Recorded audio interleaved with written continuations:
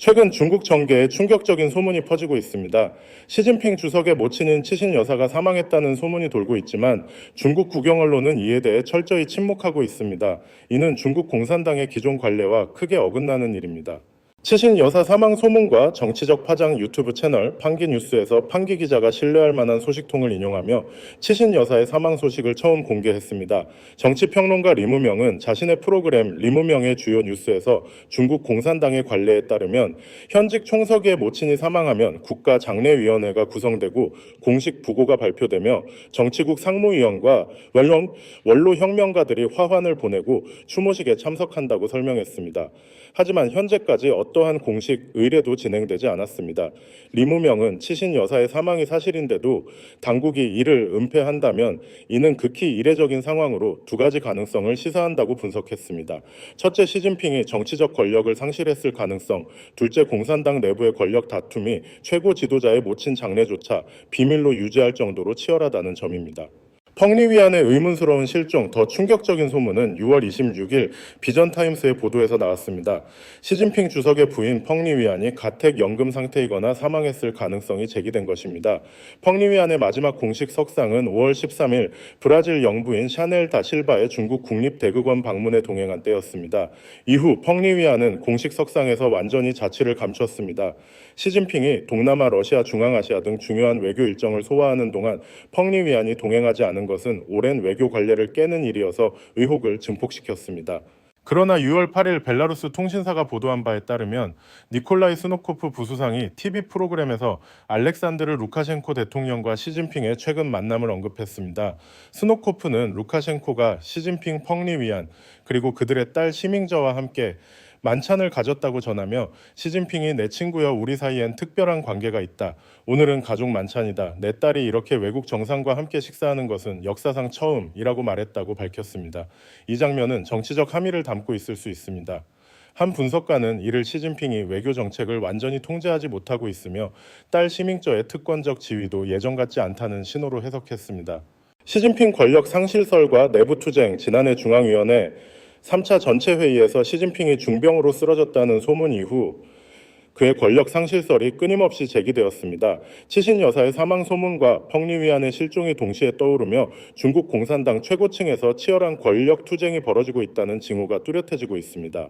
북경 정계에서는 가을에 변화가 있을 것이며 10월이면 단서가 드러날 것이라는 은밀한 속삭임이 퍼지고 있습니다.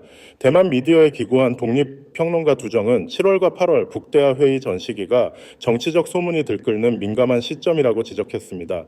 그는 올해의 초점이 시진핑의 권력 유지 여부가 아니라 언제 큰 변화가 일어날지에 있다고 분석했습니다. 특히 제20차 중앙위원회 4차 전체 회의가 가을에 예정된 가운데 쿠데타 군사 반란 혹은 대규모 저항 운동과 같은 중대한 전환점이 다가올 가능성이 제기되고 있습니다.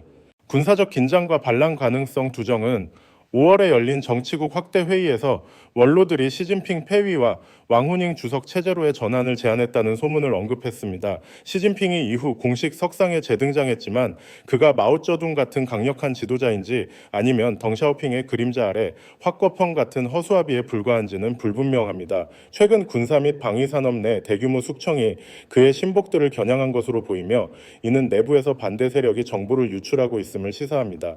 5월 북경 당국은 관료들의 3인 이상 모임을 금지하는 엄격한 금주령을 내려 내부 결탁을 차단하려 했습니다.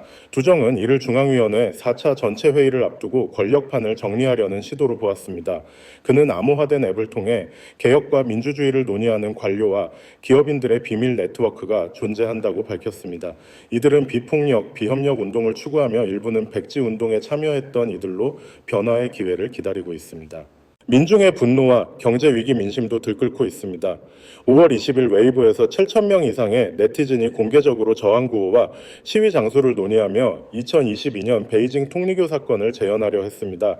망명 학자 위안 홍빙은 에포크타임스에 홍 2세 혁명 원로의 2세대 세력들이 시진핑의 사면임을 반대하는 암묵적 합의를 이루었다고 밝혔습니다. 경제적으로도 중국은 심각한 위기에 직면해 있습니다. 중앙은행을 비롯한 6개 주요 기관이 소비 진작을 위한 19개 조치를 발표했지만 전문가들은 이를 빈겁대기 정책으로 비판합니다.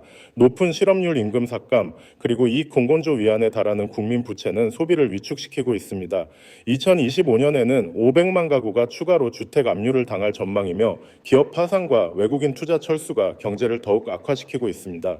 자동차 산업의 꼼수와 국제적 우려. 중국 자동차 산업은 치열한 경쟁 속에서 신차를 중고차로 위장해 해외로 수출하고 있습니다. 2024년 중국이 수출한 43만 6천 대의 중고차 중 90%가 사실상 0km 신차라는 리포트가 나왔습니다. 이는 국내 수요 부족과 재고 처리의 결과로 지방정부는 이를 GDP 부풀리기로 활용하고 있습니다. 러시아와 요르단 등은 이에 대응해 규제를 강화하고 있습니다. 중러 군사동맹의 심화. 우크라이나 정보당국은 중국 공산당이 600명의 병사를 러시아로 파견해 서방 무기 대응 훈련을 받고 있다고 폭로했습니다. 이는 중러 관계가 무제한 협력에서 실질적 군사동맹으로 전환되었음을 보여줍니다.